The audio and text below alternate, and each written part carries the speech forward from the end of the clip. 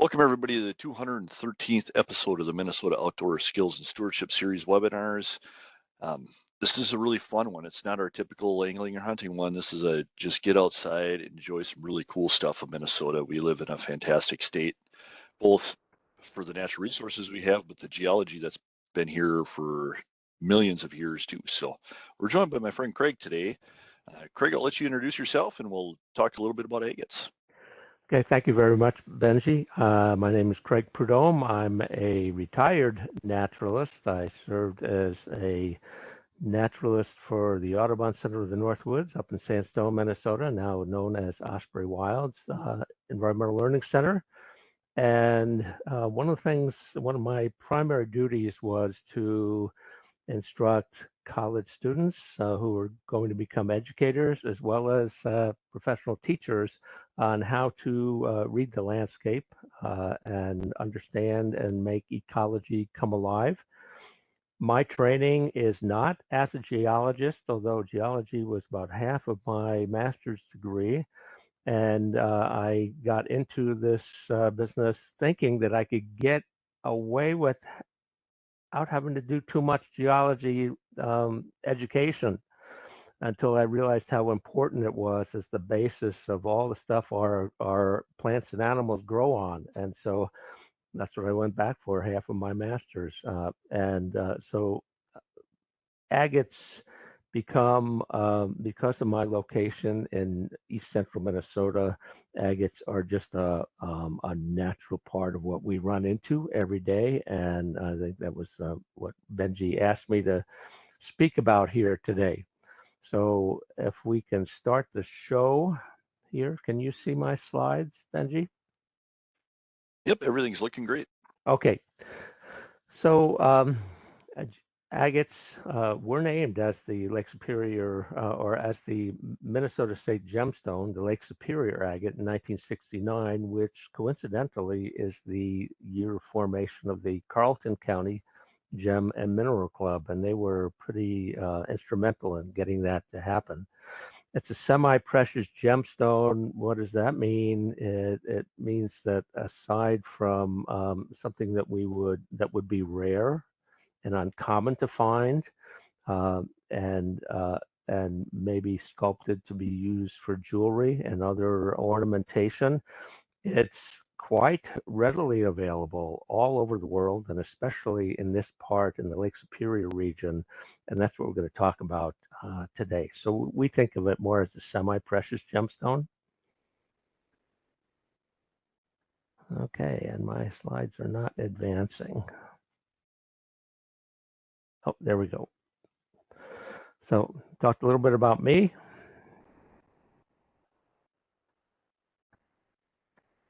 Oh, okay, my controls are misbehaving today. So again, agate's the main reason that we have this draw for the program today. And as I mentioned, for this Moose Lake area that I now call home, aside from agates, there are many other types of rocks that you're going to find in Minnesota and the Moose Lake area.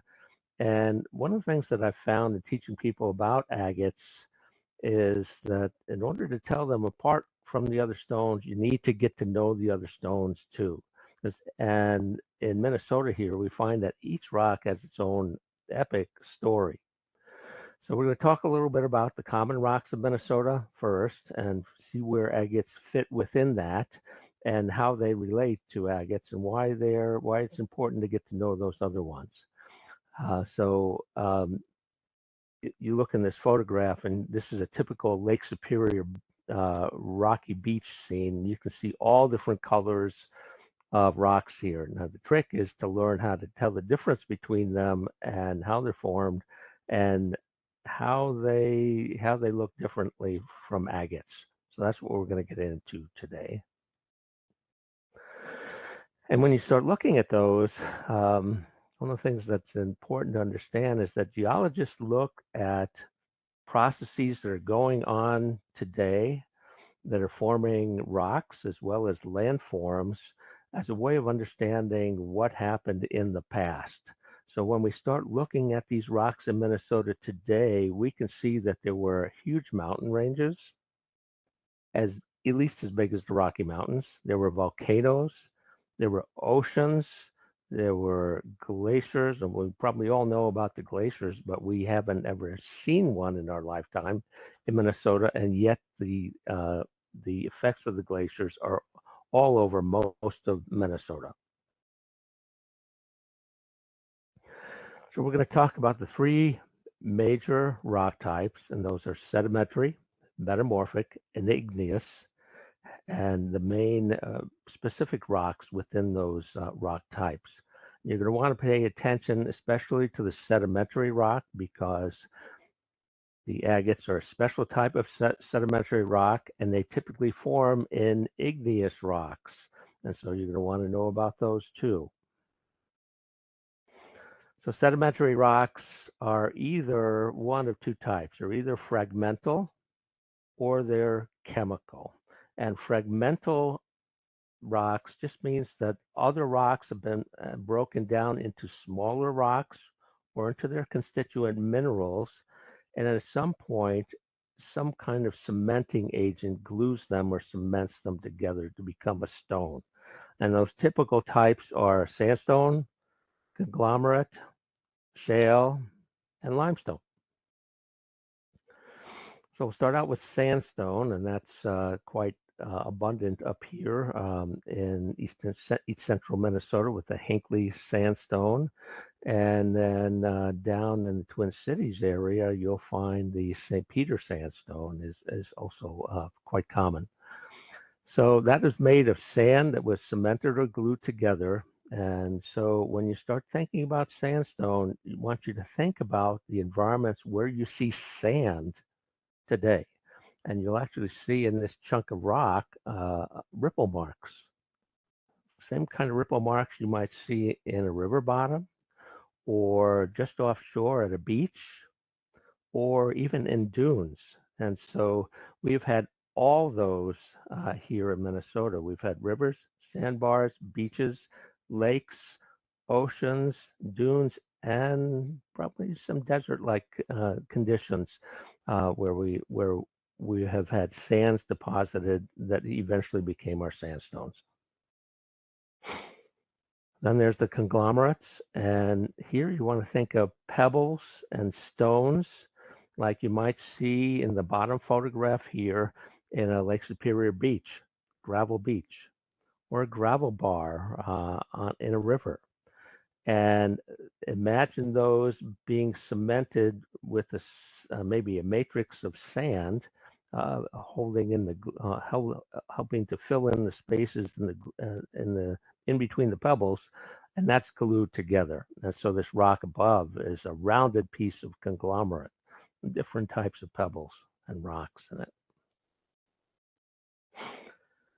And then shale is made of minerals much smaller than sand, and those are typically what we would classify as clay. And if you think about stirring up a mud puddle, it takes a while for that mud to settle.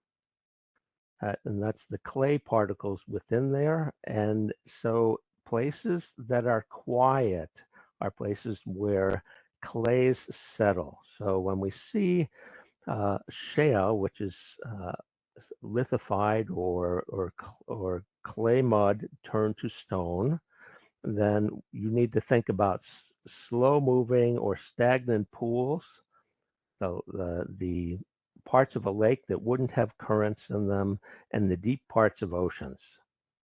And then sometimes, like in this chunk here from Lilydale and St. Paul, you can actually have the cemented bodies turned to stone of different prehistoric creatures.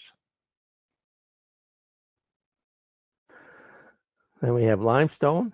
Limestone usually occurs out in deeper water, not so deep that sun doesn't penetrate, but deep enough and far enough away from the shoreline activity that the clays have settled out and the muds have settled out so that we can have that sun penetration. And I want you to think about oceans and tropical reefs and places that you may have seen on TV or experienced yourself, where you'll have those corals and shelled animals whose bodies could then become stone. Now then there's the chemical sedimentary rocks, and this is where we're going to talk about our agates. And so these are, this is the reason to remember our chemistry if we've ever studied that. So these are rocks that precipitated, a lot like the rusty iron ring in your toilet bowl or sink, if you've ever seen that. And if you can imagine water being the ultimate dissolver and dissolving minerals and bringing those through with the water, when they find another ion in solution, in this case iron and oxygen, when they hit the oxygen in your toilet or sink, when it comes out of the pipe, they bond together and then precipitate in a layer. And if you let that layer keep building up, you develop a chemical sedimentary rock. So in this case, the example I gave you was iron oxide. Iron in solution, reaching oxygen in the toilet, and then precipitating. Okay, so it's that kind of process that formed our agates. Probably the only iron stained toilet you're ever going to see in a webinar is right here. Just want to cement that picture in your mind. Limestone can also form by a chemical sedimentary process. And if you think about these organisms that take in these various minerals and create or precipitate and form limestone bodies and frameworks. And then if you think of caves, in situations there where you have water dissolving limestone and then reprecipitating it or redepositing it as stalactites and stalagmites and some of those fantastic formations that we look at in caves. Now here we get to chert and agates. And you really have to get to know quartz and chert. They're really chemically the same thing. Silica, one ion of silica, one atom of silica, and two atoms of oxygen bonding together. And it's one of the strongest chemical bonds. And that is the reason why quartz sands are the most abundant types of sands that you will find, the most abundant mineral.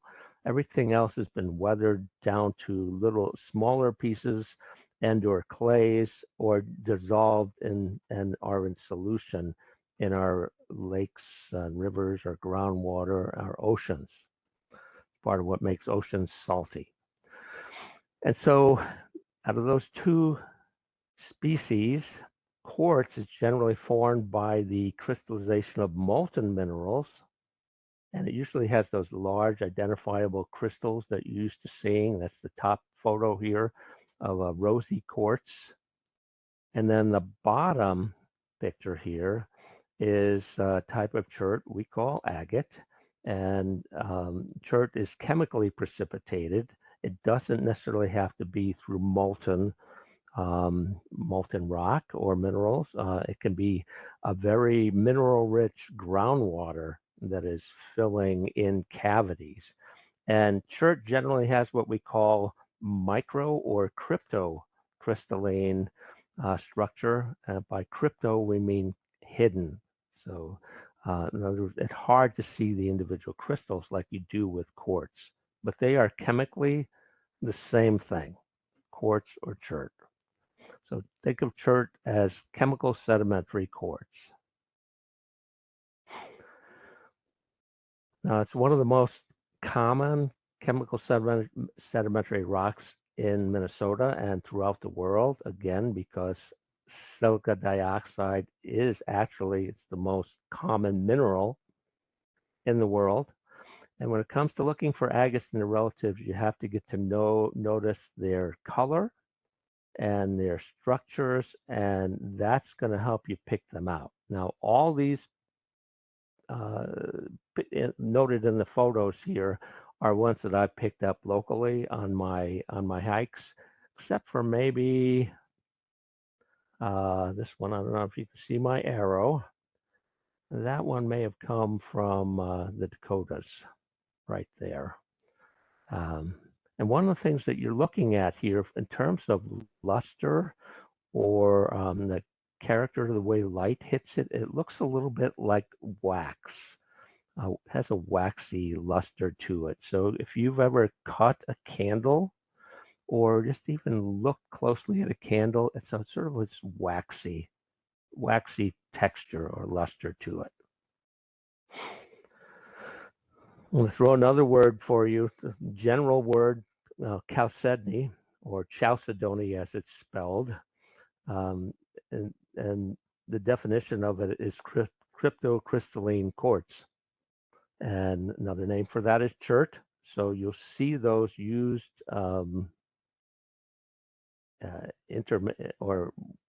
used back and forth. Generally, chalcedony is the larger group. And then within that, you have agate, you have jasper, you'll see chrysoprase, carnelian, onyx, and a number of other names, but you can probably call them all chert or chalcedony. Generally, chalcedony is the more translucent or opaque and less clear or translucent or semi-transparent. And one of the things that you have to understand in this is that these things formed, when you find an agate, that may have formed over millions of years. So even though they're abundant, to me, anything that takes millions of years to form that may be 1 billion years old that's pretty impressive. I'm only 67 years old, and sometimes I think that's impressive, but billions really do it for me. So another aspect to look for is conchoidal fracture. So chert and quartz have conchoidal fracture. They do not have typical mineral cleavage. I'm going to show you a photo of conchoidal fracture.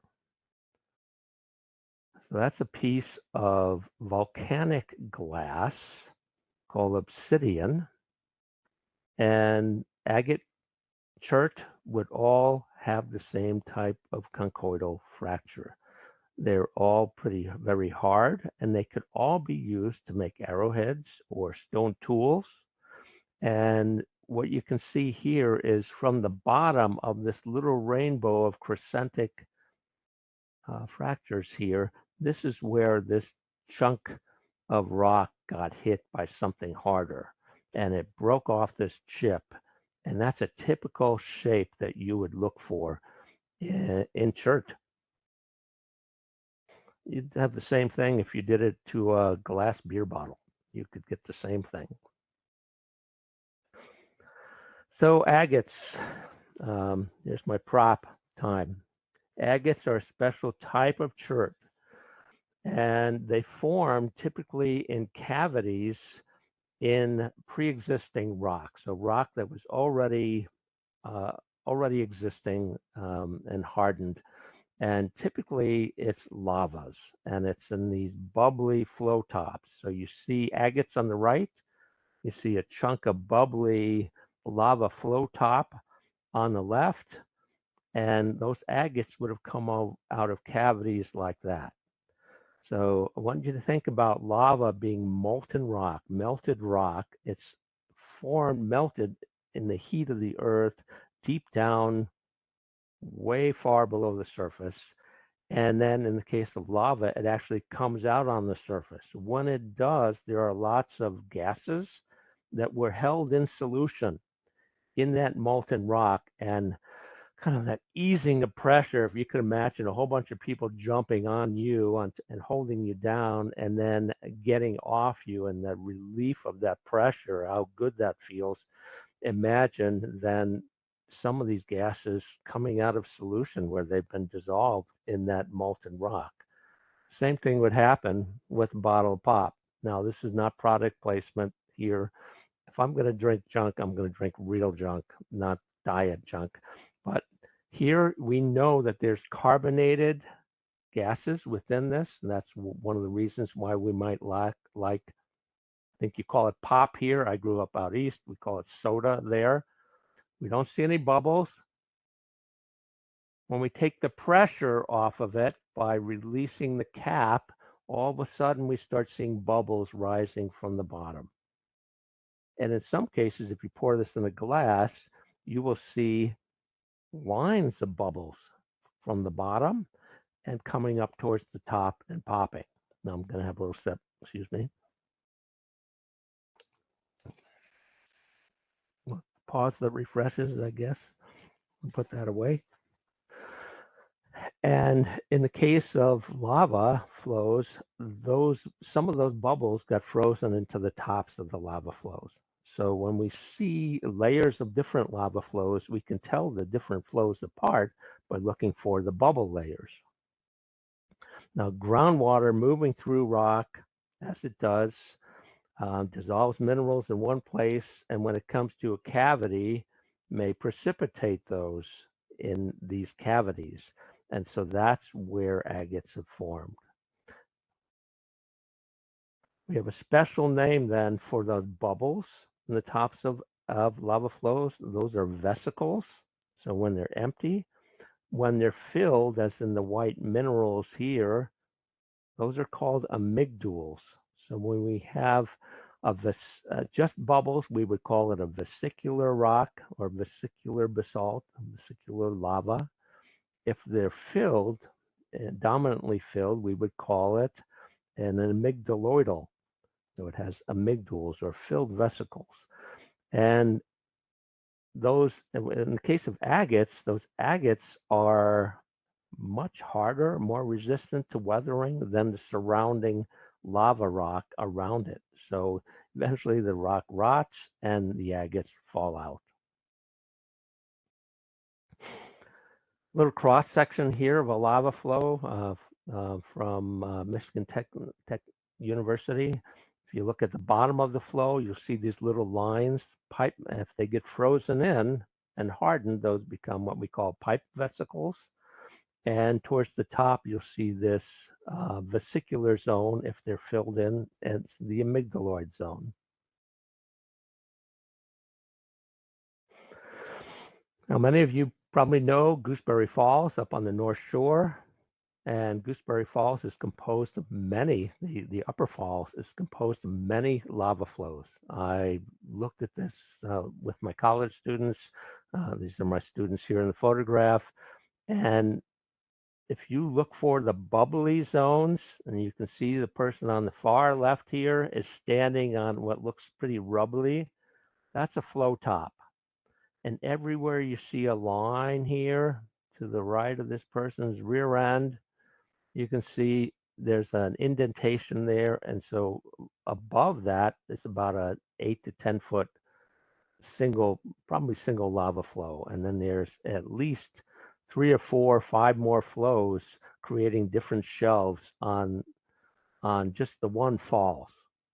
And then if we take all the falls in Gooseberry, those are many, many lava flows that have created those. And the waterfalls have been eating backwards on those over time. Great place to go study some geology. So here are some photos from the North Shore. On the right is a pipe amygdal. So this would have been a thin flow, but the bottom of the flow, where we can see this pipe that's filled in this case, with calcite. We know it's calcite and not quartz because I can scratch it with a fingernail. It's not hard enough to be quartz. And the chunk on the left is the flow bottom from a lava flow in Scotland that I found a few years ago.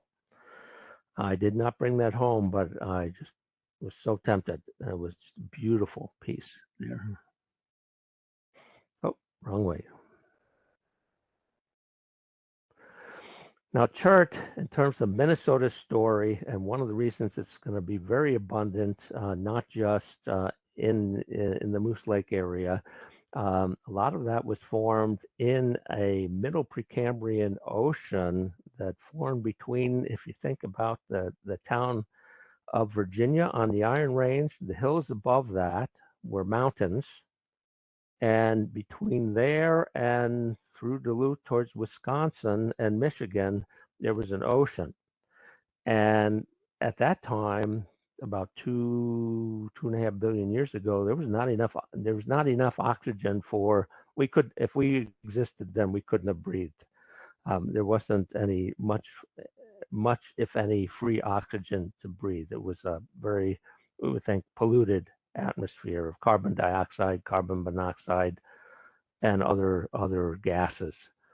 Now, just offshore, protected by from ultraviolet light by the ocean water, the first life was forming, and it was blue-green algae, cyanobacteria, and they formed in colonies, what we call stromatolites. They still exist today, and they were doing this thing called photosynthesis, a new thing that hadn't happened before. And so they were taking in carbon dioxide and they were giving off a waste product, oxygen, O2, as a waste product, which bubbled up into the ocean. Now, very quickly, it was running into dissolved iron and silica ions and then chemically bonding and precipitating. And so you will see most of our middle Precambrian iron ranges formed as ocean deposits, and they're sinuous or snaky, and they just show the nearshore margin of this ocean. And very, very, you can barely see some of the layers here. This is up in just outside of the city of Virginia, one of the open pit mines. But these are all chemical sedimentary iron rocks mixed with chert. And if we take a close look at some of that, the most beautiful of it is what we call jasper. So it's a special iron chert with a lot of iron flecks in it. And I myself find this to be, I love that color. So I spend just as much time tumbling jasper as I do agates. And in some cases, as you see the top rock here, you'll see some silvery, metallic gray layers, and those might actually contain magnetic minerals. So this particular sample, if I run my orienteering compass over it, it'll just go around in circles. And in fact, that's one of the ways that our iron ranges were found in the early days by the state geologist was actually out looking for gold. He got to this point and his compass started running around in circles. He was on top of the Iron Range. He actually didn't take advantage of that find. He could have gotten rich on that. He was looking for gold. Okay, then there's the metamorphic rocks. Those are rocks that have undergone metamorphosis or change. Now, they never got subjected to so much heat and pressure that they melted. Enough that they changed, but not melted. So keep that in mind. So they're kind of in between sedimentary rocks at or near the surface. The deeper igneous rocks formed from magma, melted rock, and then metamorphic rocks were pre-existing rocks that got changed, subjected to pressure and or heat. So there's two types, foliated or massive. Foliated are organized or layered looking, and massive rocks do not show that. And in the Minnesota River Valley, some of the oldest rocks on Earth, the Morton and Montevideo gneisses, are over 3 billion years old. That's over 3,000 million years old. That's impressive. So here's some nice, if you look at dark and light stripes on here, and in the lower chunk, very fine, what looks like very fine layers. Those are bands of like minerals that would have been more randomly associated in the pre-existing rock, and pressure and heat caused like minerals to migrate together, and in some cases change. Um, in many cases, they can change to almost a mica type mineral. So slate is another type of foliated rock. And this is what happens when you have that mud or clay mud becomes shale. When that gets buried, squashed, and heated enough to change, it becomes slate. So where you find slate, like up in Jay Cooke State Park, you need to think oceans. That was the deeper part of an ocean there. That was near the middle of that ocean, in the middle Precambrian. The funny thing about slate, and if you can see me here, I've got some playing cards. When clay particles come down, they come down in horizontal layers like this, and they're pretty flat. So think of each of these cards as a piece of mica like clay particle coming down. That could become shale. We'll have many layers of that. When you heat this and subject it to pressure, you imagine being squished from the side. If you think about the pressure on these cards, how could they relieve pressure? One of the ways that they could relieve pressure is if the particles themselves said, oh, let's just orient ourselves this way. So in the case of slate, the sedimentary layers formed horizontally like this, but when they're subjected to pressure and heat, the particles and the cleavage or breakage of the rock comes at some other angle. And in this case, the red line is the original, in the rock picture, original sedimentary layers are coming across here, but the rock breaks almost perpendicular to that. And that's what makes slate such a good paving stone, or as I'm used to seeing in the United Kingdom, roofing stone. Up at Jay Cooke State Park, you'll see what looks like an anticline or fold that could have been sedimentary rock. It was probably most of it shale, but it was subjected to enough pressure that it became slate. So even though you can see those rainbow-shaped original sedimentary layers, the way the slate actually breaks is vertical. So some other angle other than the layers that you're seeing. We metamorphose that a little further, it becomes almost all mica, and you have this wonderful sheen of schist. And that sheen that you see is what we call schistosity. Quartzite. Quartzite is one of the massive ones, and it's metamorphosed sandstone. And the case you see here from Scotland, you can see some layering, some horizontal layering, and then you can see some angled layering, and that's what we call cross beds, which indicates that there was some movement of water. Well, it could even have been dunes, but it could have been like stream deposits going one direction for a while.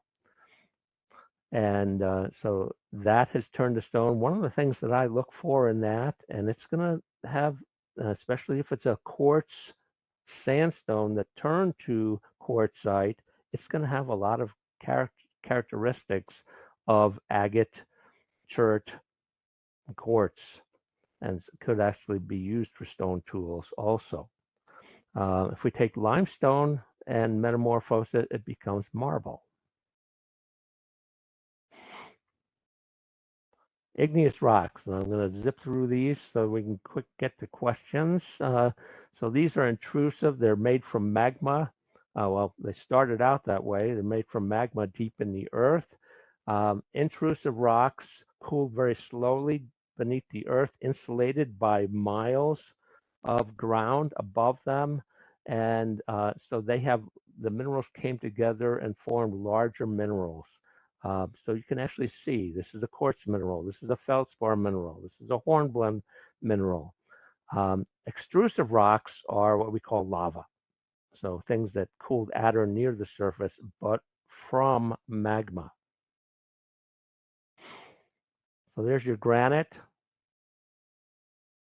And if granite usually cools about 5-6 miles below the surface of the earth, and so granite, if you're standing on granite in the boundary waters, you need to look up, watch a jet flying over you about 5 or 6 miles up, 30,000 feet, and that's how much land is gone to expose the roots of the mountain. Gabbro is the non-quartz version, low quartz version of igneous rock, plutonic rock, and that forms from magma, like in the hills around Duluth, that squeezed up and cooled between layers of pre-existing lava. Okay, the cool stuff, lava.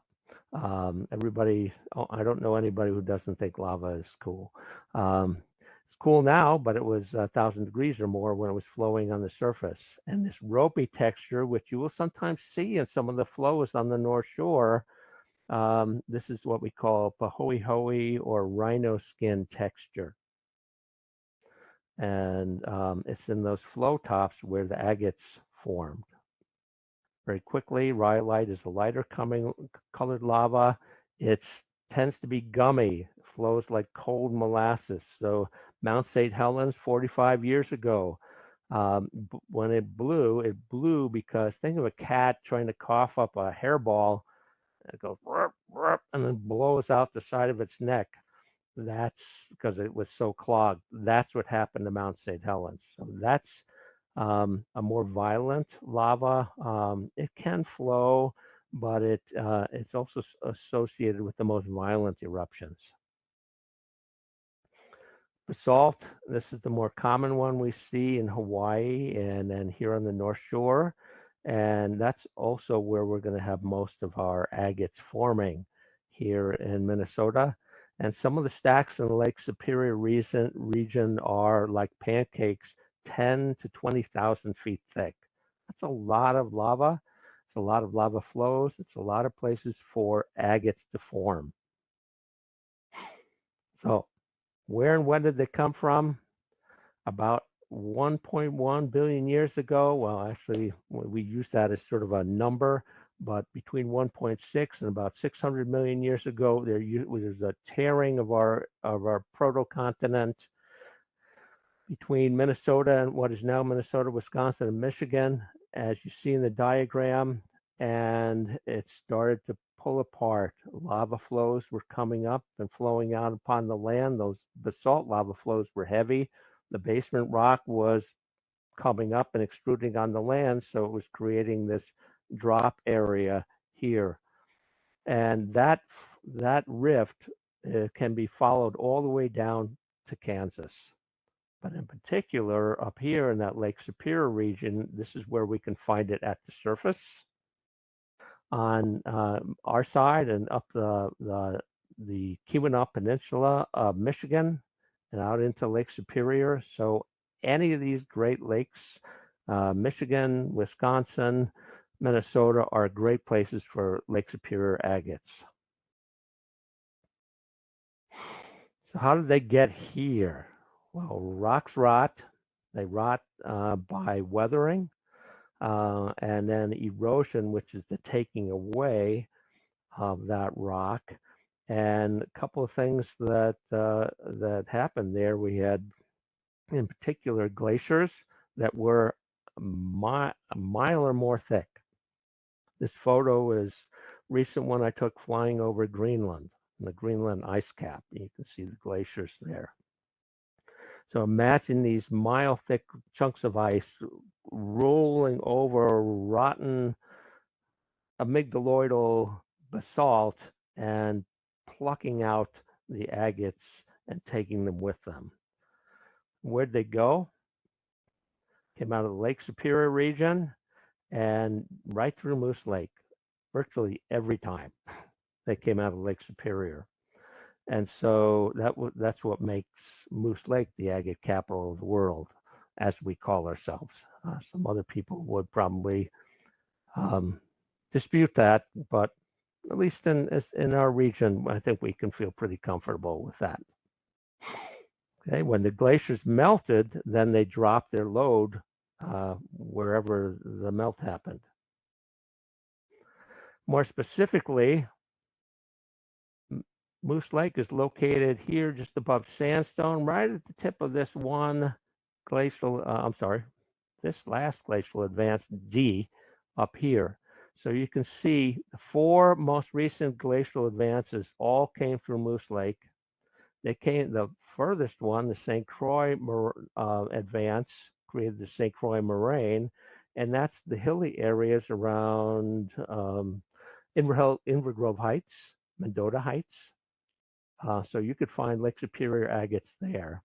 Out around the far side of Lake Mille Lacs, the Mille Lacs moraine, great place to look for them. And anywhere in between here is a great place to look for Lake Superior agates. In terms of landforms, glacial till, glacial and river outwash, eskers, cames, drumlins. Not going to go into exactly what each of those are because we take 2 hours. But look for landforms left behind by the superior lobe coming out of Lake Superior.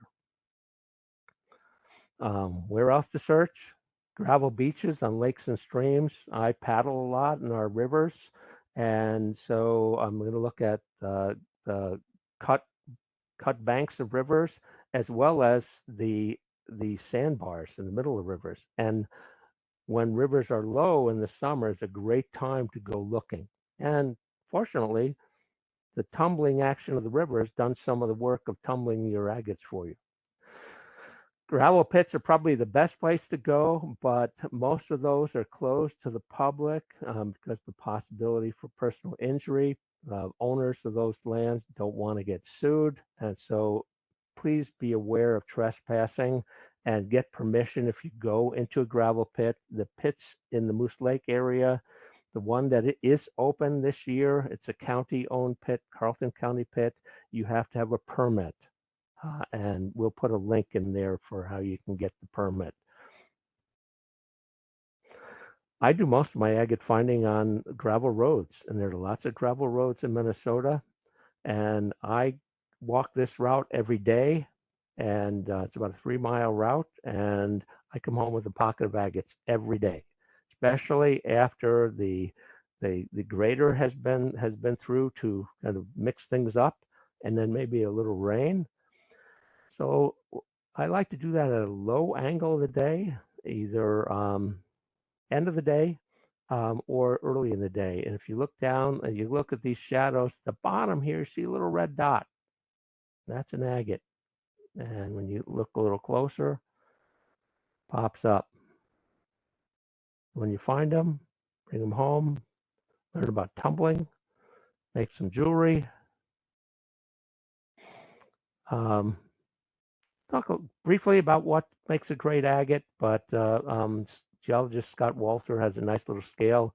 The larger they are, the more valuable they'll be. The rounder they are, you're going to look at that shape, how good the banding is, how good the composition and contrast and color. The best Lake Superior agates, the most valuable ones, are going to have a lot of red and white layers. And it's the quartz, the ones that have a lot of quartz, like the top agate here, actually worth less. But they do like the ones with eyes. And so I'm going to just show you here.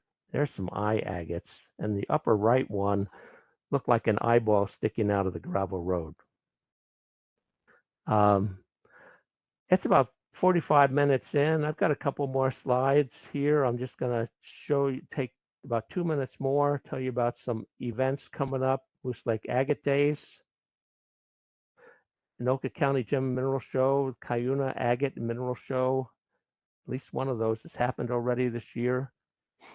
56th Moose Lake Agate Days is happening July 19th and 20th. It's a whole weekend of agate stuff, anchored by the Carleton County Gem and Mineral Club and their Gem and Mineral Show, which is free to the public.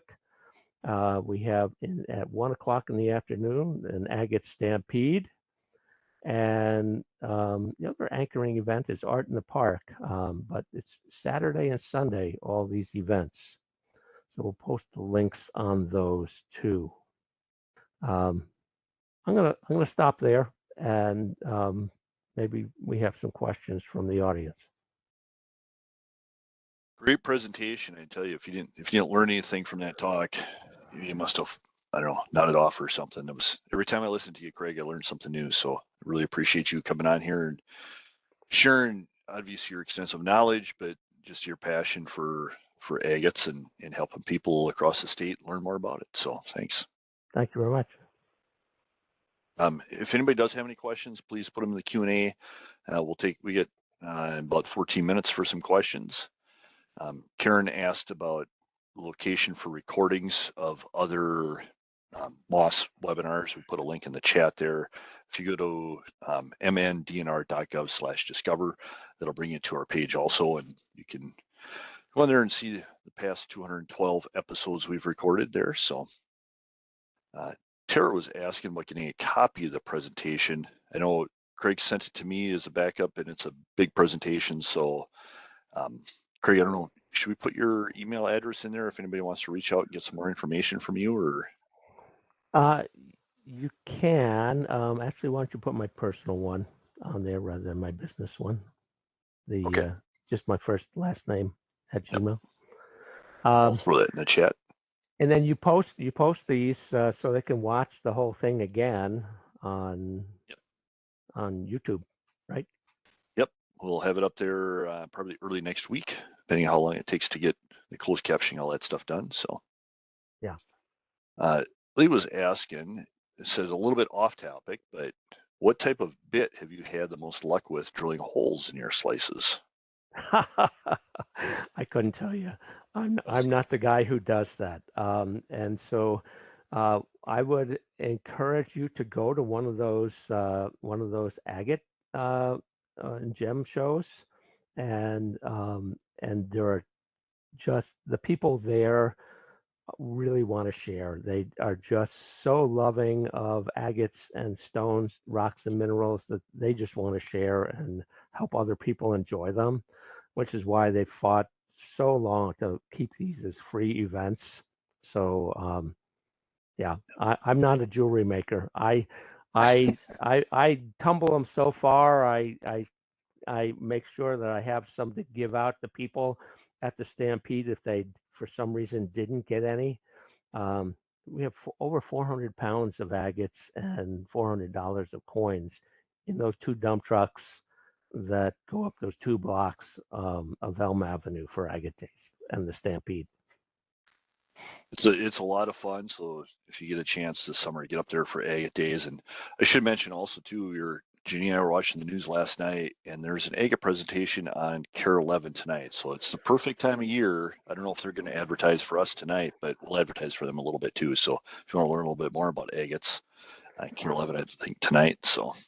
And I'm pretty sure that that's one of the founding members, or one of the very busy members of the Corn County Gem and Mineral Club, Roger Biebel, who was in that interview with KARE 11. He's very knowledgeable. And one of your former students says thank you. One of the best Moss talks she's attended. So Janine says really? hi. I wonder who that is. Let's see. Lori put the link in there for Moose Lake Chamber. Also, Cassie has that in the chat. It's easier to link in there. So Kristen asks, so agates are basically formed in vesicles, which are basically rock burps. This has been such a great talk. I learned so much. Yes. So yeah, they're amygdals, which would be the filled-in cavities or gas vesicles. One of the agates in the picture that I had actually looked like a Tootsie Roll, and I think that one filled in a pipe vesicle, one of those ones at the bottom of the lava flow. If you think about your soda, the lines of bubbles coming up in your glass of soda, those freezing at the bottom, and I'm pretty sure that particular agate that I have which looks like a layered Tootsie Roll, formed in that manner. Gene was wondering if you can describe the term massive as a geological term. Uh, massive, massive is used in terms of having that foliation or layering. So if you really can't necessarily see particular layering, and even like the photo I had of quartzite still had some residual original sedimentary layering that you could see, but if that were metamorphosed a little further, you wouldn't see any of that detail. And so you tend to lose it the farther that those particular types of massive metamorphic rocks go in their metamorphosis, the less of the original sedimentary structures continue to exist. Great. You can combine a couple of questions here. Karen and David has similar questions. Karen's assuming that Lake Superior beaches are a good place to find them, correct? And then David was asking if you're hunting for agates along the North Shore, what's the best time to look for them? Rain, after rain during the spring? Any time of the year that it's not that the shores are not covered with snow is a good time to go. After a big northeaster storm, some of those big northeaster storms are going to take on the North Shore of Lake Superior are going to take those gravels that are offshore underwater and throw them up on shore. You'll see these ridges along the beach, and those are from either from ice bulldozing in or from actually being thrown by big waves. And so go after a big storm, after the winter when the ice has come out, good times to go. Go during August and snorkel offshore. And Oh, there you can find the places where most people don't want to go into Lake Superior to pick. I know some people actually do it with scuba gear. Um, interesting. and technically, if you are in a state park, you should not be collecting the rocks from the beaches there. Take only pictures, leave only footprints. So go to areas that are not state park. Julia brought up an interesting question that kind of relates to that too. Are there enough agates out there that people will be able to find them for generations to come? Or is there a risk of over harvesting them and eventually they'll become really hard to find in Minnesota? I think because rocks, there are just so many out there, and we continue to gravel. Um, we continue to gravel landforms like eskers, cames, and outwash areas because gravel is an important resource for making concrete and paving roads, etc.